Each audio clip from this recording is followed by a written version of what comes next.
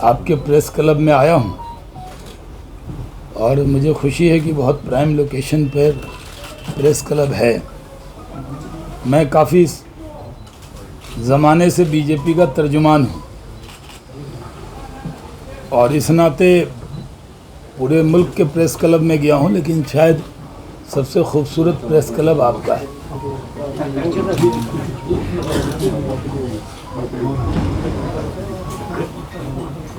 जिस तरह से जम्मू कश्मीर में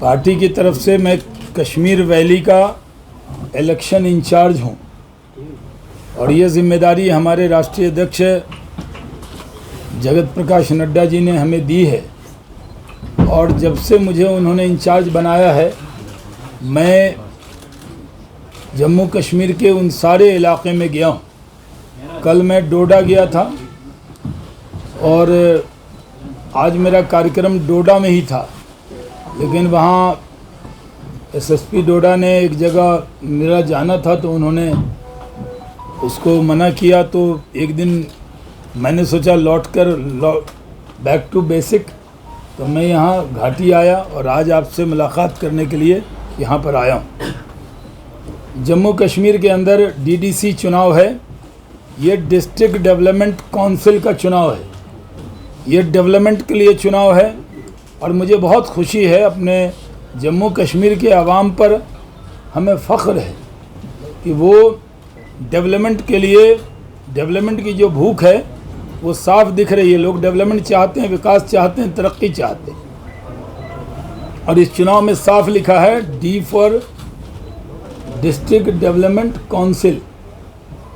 ऐसे इस चुनाव में डेवलपमेंट के लिए वोट है, D for dynasty free Jammu Kashmir के लिए वोट है क्योंकि आम आदमी इसमें चुनाव लड़ रहा है, और see for corruption free Jammu Kashmir के लिए वोट है।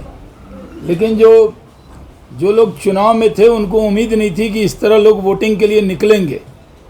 वो इस वोटिंग से परेशान हैं। जो लोग हमारे ख़िलाफ़ गैंगअप हुए, जिनको गुपकार गैंग कहा जाता है, मैं तो उनको गुमराह गैंग कह रहा हूँ।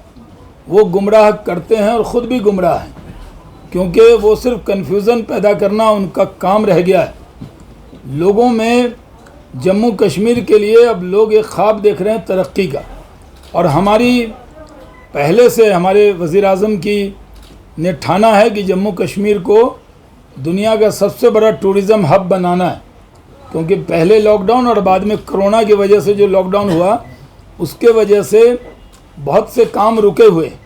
लेकिन जैसे ही रफ्तार पकड़ेगा, क्योंकि अभी भी भीड़ होना, कहीं पर जमा होना आसान काम नहीं, और जम्मू कश्मीर के अंदर यहाँ टूरिज़म का ऐसा हब बनेगा कि जम्मू कश्मीर रोज़गार देने वाला इलाका बनेगा। रोज़गार के इतने संसाधन उपलब्ध होंगे कि जम्मू कश्मीर के अंदर कभी किसी को दिक्कत आने वाली नहीं थी। आज मेरा प्रोग्राम बडगांव के नागाम में था, लेकिन प्रशासन ने मुझे आज, क्योंकि भारत बंद को लेकर एक उनका ऑर्डर है और मैं सिक्योरिटी कवर्ड हूं, तो मेरा आज उन्होंने वहां जाने से मुझे मना किया। तो इसलिए हम विस्तार से आपके बीच में बातचीत करेंगे, क्योंकि उस ज़िले में उन्होंने कहा कि अभी पीछे शोपियां में आर्मी पे और श्रीनगर में 2 बार सीआरपी पे हमला हुआ है, और आज स्पेशल पूरे मुल्क में भारत बंद के वजह से स्पेशल केयर कर रहे हैं। तो मैंने प्रशासन की बात मान ली। हम कोई पीडीपी एनसी जैसे नेता नहीं है कि हर बात पे ड्रामा शुरू कर दे। हमने जो प्रशासन फॉलो करेगा।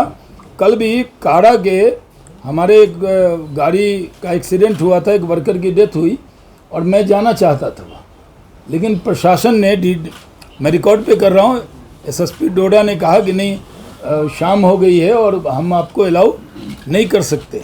तो मैं नहीं गया, प्रशासन की बात को हमने माना। इसी तरह आज हमने नवगाम में 2 सभा थी। एक हमारे कैंडिडेट, क्या नाम है उनके, कैंडिडेट का नाम अनीसा गुल के यहाँ, और दूसरा बशीर साहब के यहाँ चाय थी। तो अब ये भारत बंद की सेंसिटिविटी को देखते हुए हम वहाँ नहीं जा रहे। इसलिए जम्मू कश्मीर के अंदर हम लोगों का दिल जीतना चाहते, हम लोगों के दिल में पैठ बनाना चाहते। हम यहाँ पर पूरी तरह से हर घर में बिजली पहुँचे, हर जगह पानी पहुँचे, हर हाथों को रोज़गार मिले। जम्मू कश्मीर टूरिज़्म का सिर्फ जो आज के सेंटर जो मशहूर हैं वो नहीं, बल्कि जम्मू कश्मीर का एक एक इलाका ऐसा है। जैसे मैं कल डोडा गया तो पहले मैं हेलीकॉप्टर से कई बार गया हूँ, सभा किया है।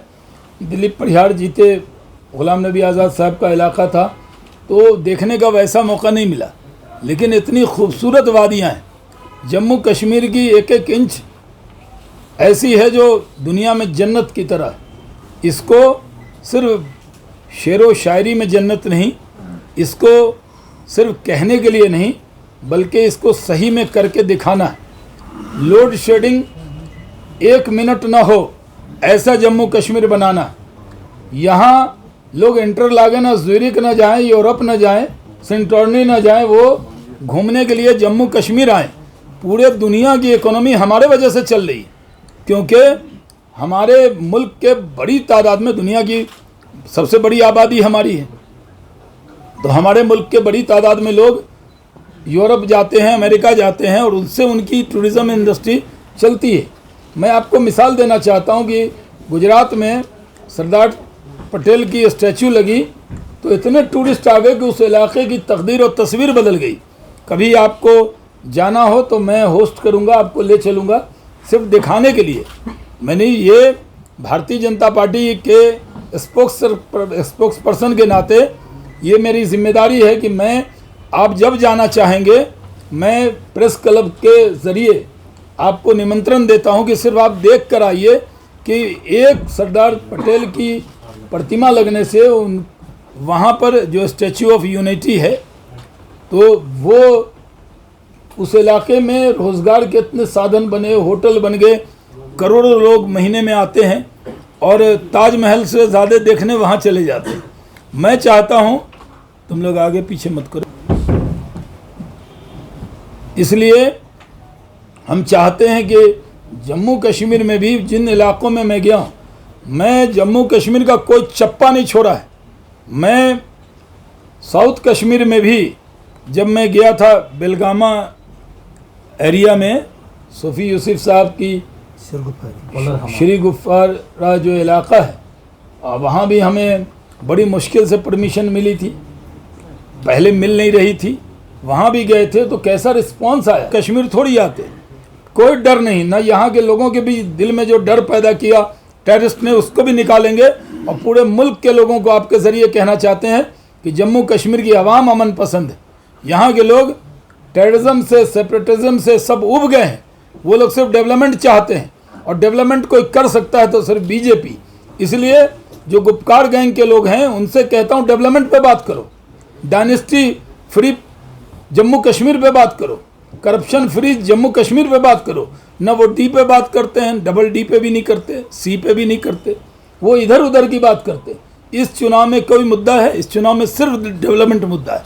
और मैं कहता हूँ महबूबा मुफ्ती से भी, उमर साहब से भी, और जो उनके जो भी गैंग में लीडर हैं और जो रिंग मास्टर उनकी कांग्रेस है पर्दे के पीछे वाली, उनसे भी कहता हूँ कि डेवलपमेंट पे बात कीजिए।